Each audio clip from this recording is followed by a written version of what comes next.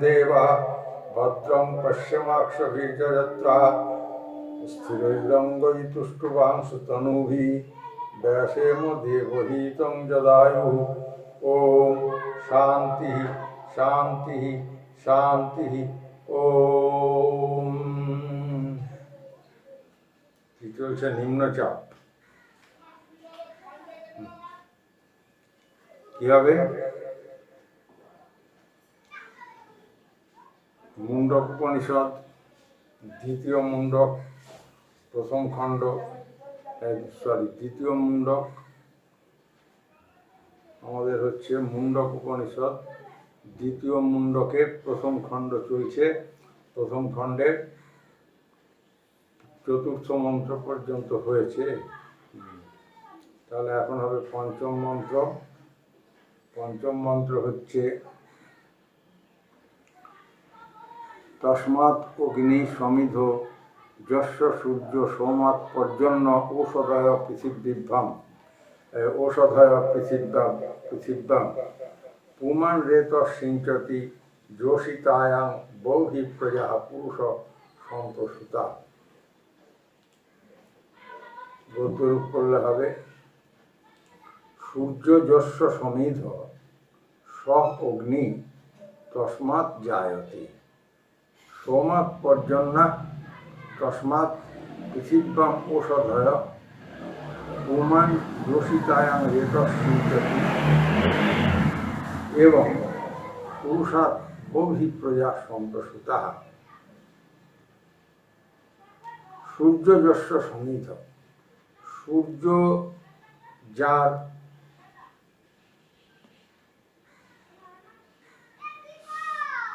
জ্বলন কাষ্ঠ, সূর্য যার জ্বলন কাষ্ঠ, স অগ্নি সেই আগুন, সূর্য যার ইন্ধন যাকে বলে জ্বালানি, সেই অগ্নি তস্মাৎ জায়তে তাহা হইতে জাত হয়। অর্থাৎ পরে বলছি সোমাৎ পর্জন্য, পর্জন্য সোমরস হতে মেঘ, তস্মাৎ পৃথিবীভ্যাম ঔষধয় তাহা হইতে পৃথিবীতে বৃক্ষলতা আদি যা কিছু ঔষধি হিসাবে ইয়ে হয়। পুমান যোষিতায়াং রেত সিঞ্চতি, পুরুষ স্ত্রীকে বীর্যপাত করে, বীর্য সিঞ্চন করে এবং পুরুষাৎ বৌহি প্রজা সম্প্রসূতা, এই প্রকারে পুরুষ হইতে বহু বহু প্রজা উৎপন্ন হয়। তাহলে ব্যাপারটা কি দাঁড়ালো? সূর্য যার কাষ্ঠস্থানীয় সেই অগ্নি, তাহলে এই অগ্নির সোর্সটা দুলোক এই পুরুষ হতে জাত। দুলোক রূপ অগ্নির দ্বারা নিষ্পন্ন সোমরস অথবা দুলোক সম্ভূত চন্দ্র হইতে মেঘ এবং মেঘ হতে পৃথিবীতে শস্যাদি জন্মে। তারপর প্রাণীদেহের উপাদানভূত সেই শস্যর দ্বারা পুষ্ট হয়ে পরিপুষ্ট হলো, পুরুষ জাতির শরীরে বীর্য সঞ্চারিত হলো। হ্যাঁ, তাহলে খাওয়া দাওয়া করে হয়তো যাই হোক, সেটা পরে বলছি, সোর্সটা শুনে রাখুন। হয়ে সেই শস্য দ্বারা পরিপুষ্ট পুরুষ স্ত্রীর যোনিতে স্বীয় বীর্য ক্ষেপণ করে। এইরূপে ক্রমানুসারে পরম পুরুষ হতেই বহু বহু প্রজা উৎপন্ন করে। পঞ্চাগ্নির দ্বারা উৎপন্ন হয়ে প্রজাগণ কি প্রকারে জন্মলাভ করে সেটাই এই মন্ত্রে বলা হয়েছে। পরম পুরুষ হতে তেজ, অগ্নি মানে তেজ উৎপন্ন হয়। এই অগ্নি দুলোক সূর্য দ্বারা দুলোক আকাশ, শরীরের দুলোক হচ্ছে মাথা, আর এটা হচ্ছে ব্যষ্টি ক্ষুদ্র ব্যষ্টি প্রকৃতি, আর সমষ্টি প্রকৃতিতে দেহের বাইরেও যে সূর্য আছে বৃহৎ মহতী সমষ্টি প্রকৃতিতে, সেখানে সেই গোলক হচ্ছে আকাশ। সেখানে থেকে সূর্য প্রদীপ্ত করছে। হ্যাঁ, সূর্যকে দুলোকের সমিত বলা হচ্ছে। সমিত মানে আগুন জ্বালানোর কাঠ। ওটা হচ্ছে প্রথম অগ্নি। এই দুলোক রূপ অগ্নির দ্বারা নিষ্পন্ন হয়ে সোমরস, যা থেকে মেঘের উৎপত্তি হয়। তাহলে মেঘই হচ্ছে সেকেন্ড ফায়ার, দ্বিতীয় অগ্নি। আর মেঘ হতে বাড়ি বর্ষণ হয়, জল মাটিতে বৃষ্টি হয়ে যে নেমে আসে, তার দ্বারা গাছপালা, ফল ফুল, ধান চাল, যা কিছু খাদ্য, গম, যা কিছু হয়, শাক সবজি, সব কিছু ঔষধি এই খেয়ে আমাদের পরিপোষণ হয়। তাহলে এই পৃথিবী হয়ে এখানে জন্মাচ্ছে। তাহলে এই পৃথিবী হচ্ছে থার্ড সর্ট অফ ফায়ার। এইগুলো, এই সকল ঔষধি সকল এগুলো আমরা খাচ্ছি। খেয়ে পুরুষ রূপ, পুরুষের শরীরে ইগনিশন ওয়ার্ক, এই তেজ প্রক্রিয়ার দ্বারা আর একটা অগ্নির সৃষ্টি হচ্ছে। পুরুষ হচ্ছে চতুর্থ অগ্নি। তাহলে পুরুষ রূপ অগ্নি, স্ত্রীরূপ অগ্নিতে, স্ত্রী একটা ফায়ার, একটা আগুন, সেই ক্ষেত্রে বীর্য দিয়ে দিচ্ছে, ক্ষেপণ করছে, মানে পিচকারির মতন সিঞ্চন করছে করে, তাহলে জীবের জন্ম হচ্ছে। তাহলে পঞ্চম অগ্নি হচ্ছে স্ত্রী, পুরুষের স্ত্রী হচ্ছে তার পঞ্চম। Any question? পুরুষার সম্প্রসূতা। তাহলে সেই পুরুষ এখানে পরম পুরুষ হতে উৎপন্ন হলো, হয়ে সেই এবার পুরুষ স্ত্রী সম্পর্কে ট্র্যাডিশনাল সিস্টেম অফ রিপ্রোডাকশন চালু হলো। ঠিক তো? তাহলে ব্যাপারটা হচ্ছে হলো, মানে একটুখানি ক্লিয়ার করে বলি, না তো একটা স্ল্যাং কিরম একটা আপনার মুখ থেকে বুঝেছে, একটা স্ল্যাং কিরম একটা বাজে অর্থ যাচ্ছে। সৃষ্টির উদ্দেশ্যে ব্রহ্মের পুরুষকারে জীব শরীরে আবির্ভাব হলো, তার স্থান মূর্ধায়, যেটা এলো মাথায়, মূর্ধায়। শ্রী বিষ্ণু প্রদীপিকা গ্রন্থে আমি সেরিব্রাম সেরিবেলাস দিয়ে, মডার্ন টার্মিনোলজি দিয়ে আমি এগুলো চেষ্টা করেছি বলার। তাহলে নাচানাচি না করে এক জায়গায় বস, যাতে তোরও কাজে সুবিধা হবে আর আমারও অন্যমনস্ক ভাবটা হবে না। তাহলে সৃষ্টির উদ্দেশ্যে ব্রহ্মের পুরুষকারে জীব শরীরে আবির্ভাব হলো। প্রথম জীব শরীরের মধ্যে আবির্ভাব হলো মূর্ধায়। সেখানে তিনি অগ্নিরূপে বিরাজ করতে লাগলেন। এই আগুনের স্পার্ক হতে সূর্যের উৎপত্তি হলো, পরম পুরুষের কথা বলছি। তাহলে ব্রহ্মের পুরুষকারের কথা বলছি। সেখানে তিনি অগ্নিরূপে বিরাজ করতে লাগলেন। মহতী সমষ্টি প্রকৃতির মূর্ধা হচ্ছে আকাশ, আর ক্ষুদ্র ব্যষ্টি প্রকৃতির মূর্ধা হচ্ছে আমাদের সেরিব্রাম। তাহলে সেই অগ্নি স্ফুলিঙ্গ হতে সূর্যের উৎপত্তি হয়ে জগৎ সৃষ্টি হলো। তার স্বরূপে সূর্যের কুটস্থ ব্রহ্মের,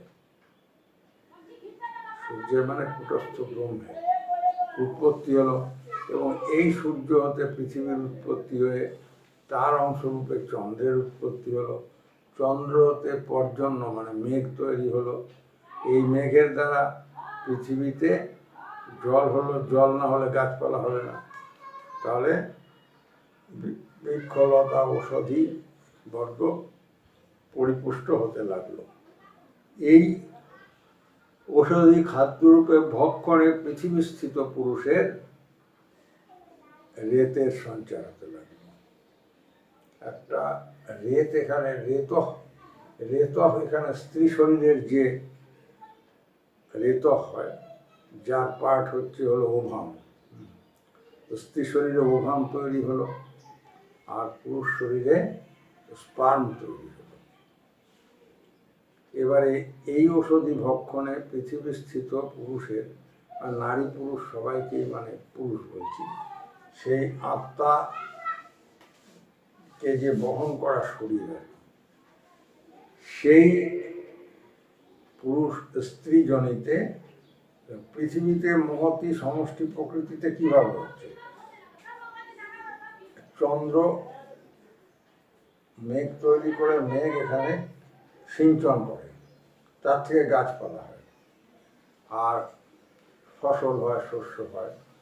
আর ক্ষুদ্র ব্যষ্টি প্রকৃতিতে কি হচ্ছে, যে সেখান থেকে সে মহতি সমষ্টি প্রকৃতি থেকে পরিপোষণ নিচ্ছে, খাদ্য, সূর্যরশ্মি, জল, বাতাস ইত্যাদি নিচ্ছে। বিশেষ করে খাদ্য তো নিতেই হচ্ছে। নিয়ে পুরুষের শরীরে স্পার্ম তৈরি হচ্ছে, নারীর শরীরে ওভাম তৈরি হচ্ছে।